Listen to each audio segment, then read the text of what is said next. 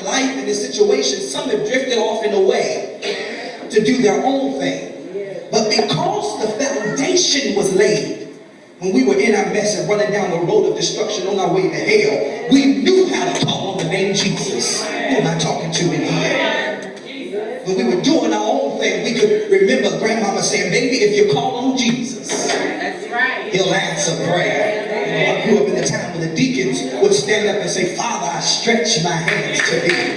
No other help I know. If I withdraw thyself from me, whither shall I go? But now we're in a generation where children are having babies. Yes.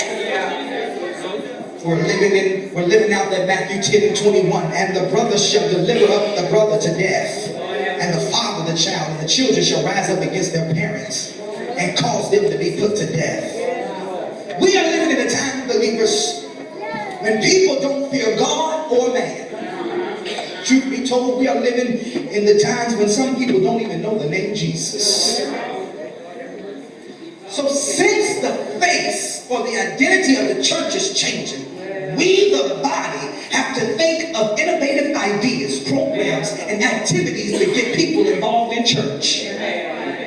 Some church got to think of gimmicks just to bring people to church. You can no longer just say be saved and people want to come to church. We're inviting people to church, but it's going to take more in this hour to keep them in church. Yes.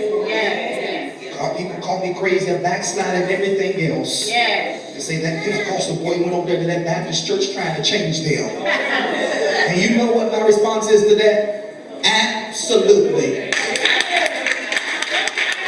Because there has to be a place that is not governed and driven by denomination.